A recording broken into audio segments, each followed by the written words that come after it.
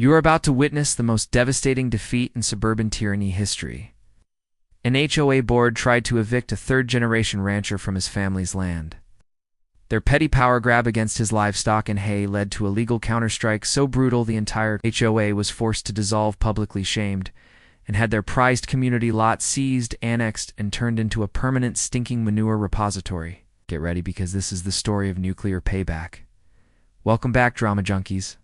If you live for the moment when a petty tyrant gets their just desserts, you're in the right place. Before we dive into this insane story of land wars and legal annihilation, hit that like button until your thumb hurts. Subscribe right now for more HOA freakouts and tell me, what's the stupidest rule your HOA ever created? Let's get into the action. Our story begins in Whisper Creek, a sterile subdivision that sprang up around the edges of Elias's working cattle ranch. His property predated the HOA by 50 years. For a decade, things were quiet, despite a minor surveying anomaly. A small, unused sliver of Elias's land was inside the subdivision, and a small HOA lot was inside the ranch fence line. It was a known issue until Sandra Peterson, the Condor, took over as HOA president. Obsessed with eliminating blight, to Sandra, blight was Elias's hay storage and the smell of his bull. She immediately sent him violation notices for unsightly farm equipment and excessive odors on his private 9 HOA land. Elias, a patient man, ignored them. He was not a member. He signed no covenants. But Sandra saw his silence as weakness. She hired a lawyer to send a cease and desist, demanding he remove his nuisances. Elias used the letter to line his chicken coop. Then she crossed the line. Elias's temporary hay storage, essential winter feed for his herd, was near the fence. One morning he found a significant portion of his hay professionally wrapped in neon-ringed construction netting. A note read, "Temporarily secured. Awaiting removal. HOA board. Per covenant 7.3. The audacity was stunning, but the act of vandalizing his animal feed turned annoyance into outright warfare. He reached for his lawyer's number, knowing this was now a fight for his livelihood. Elias called Rachel, a specialist known for dismantling overreaching HOAs. Let them dig their grave. Document everything. Elias quietly filmed the HOA contractor trespassing and illegally moving the remaining hay, spoiling precious winter feed, measurable damage. But Sandra was just getting started. A week later, Elias received a certified letter of insane arrogance. The letter claimed the small sliver of Elias's land inside the subdivision boundary was now legally HOA common property due to its adverse possession and continuous unprotested community use. The letter then argued that since Elias was now operating an industrial nuisance on this newly acquired HOA common land, he was in violation of every major covenant. The final shocking demand: the HOA was petitioning the county to file an injunction against Elias, which, if granted, would force him to cease all livestock and agricultural activity on his remaining ranch, effectively evicting his farm and his family's legacy. They were leveraging a minor surveying error and an outrageous legal theory to destroy him. Sandra distributed a press release screaming Whisper Creek battles rancher for property values. The threat was real. Sandra had convinced the county commissioner to fast-track the hearing as a matter of public health.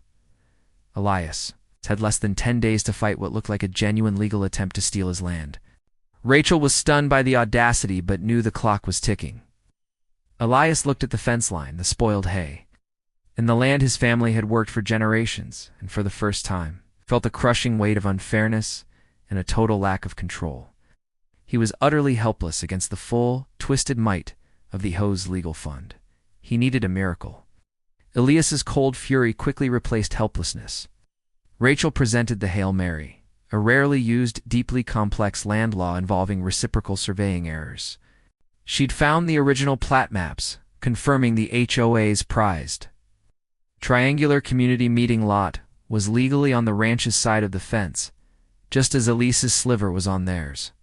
Her strategy was an immediate countersuit for a declaratory judgment that officially rectified the plat map errors in his favor. If the HOA claimed his sliver, Elias would claim their gazebo-equipped community meeting lot. The day of the injunction hearing was tense. Sandra and her lawyer were smug, presenting Elias as a polluting menace. When Rachel spoke, she attacked, presenting the original flawed maps, the misfiled tax records, photographic evidence of trespass and crop damage, and then the bombshell, the declaratory judgment petition. The judge immediately saw the adverse possession claim as a flimsy pretext for land theft and tossed the injunction, but the true victory came with the counterclaim. The judge ordered both parties into mandatory binding arbitration, stating, "Your client attempted to claim this man's property. His counterclaim, while equally novel, is arguably more equitable. Settle this now." An HOA counsel. The monetary value of Mr. Ilias's lost feed is easily triple the value of the small plot you were seeking. The resolution was total. The HOA's aggressive power play had failed and given Elias the legal leverage to seize their most valuable common asset. Binding arbitration was a public execution, facing a guaranteed loss on the crop damage lawsuit, and a judge who was clearly against them. The HOA board panicked. Elias, through Rachel, offered a settlement. He would drop the lawsuit if the HOA formally signed over the deed for the triangular community meeting lot to the ranch, and if Sandra Peterson publicly, formally, and in writing resigned from the board and issued a notarized apology. The panicked board members, fearing enormous personal liability, threw Sandra under the bus immediately. Within a week, the deed for the community meeting lot was legally transferred to Elias, officially annexing the property. The HOA, unable to afford the astronomical legal fees and the damage judgment, was forced to implement a special, crippling, 5-year assessment on all homeowners to cover the debt created entirely by Sandra's hubris. Sandra was immediately targeted by a viral social media campaign launched by her neighbors, ensuring her name was permanently attached to the most expensive HOA blunder in county history. But the sweetest, most satisfying payback, the permanent, fragrant memorial to their failure, was yet to come. The deed transfer was the official victory. The follow-through was the legendary final revenge. Elias didn't need the pristine lot for cattle. He had thousands of acres. He had a much, much better idea. He arrived at the newly annexed plot, the one with the gazebo with his largest equipment, tore out the landscaping, and erected an 8-foot-tall wooden fence. His true stroke of genius was its purpose. Elias immediately leased the entire newly annexed plot, which the homeowners had just paid 5 years of special assessments to lose, to a commercial mushroom growing operation. Mushroom growing requires massive amounts of a specific, rich fertilizer, aged organic cattle manure, and straw. The next week, 3 massive dump trucks delivered the first installment. The former community meeting lot, the centerpiece of Whisper Creek, was now a permanent, industrial-scale, open-air composting facility. The prevailing winds, as fate would have it, carried the rich, pungent aroma directly over Sandra Peterson's former home and the entire central district of Whisper Creek, a constant visceral reminder of the blight they fought so hard to remove. The HOA tried to fight the smell, but Elias was untouchable.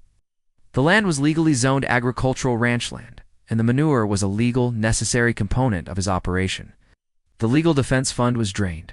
Elias then filed to have the HOA's charter revoked for fiscal mismanagement and failure to maintain property standards. Pointing directly to the debt and the inescapable odor of his new compost lot, the state agreed. The Whisper Creek Homeowners Association was formally dissolved. Ilias's farm not only survived but thrived, growing by one pristine, heavily manured lot. While the petty tyrants were left with nothing but crippling debt and the triumphant, pungent smell of the ranch. Can you smell that sweet, sweet victory? The HOA got banned, the Karen got shamed, and the rancher got a new, highly fragrant property line. That's how you win. If you loved this story of nuclear revenge, hit the subscribe button right now. Tell me in the comments what was the most satisfying part of this HOA's total downfall. Hit the notification bell so you don't miss the next saga of small-town drama.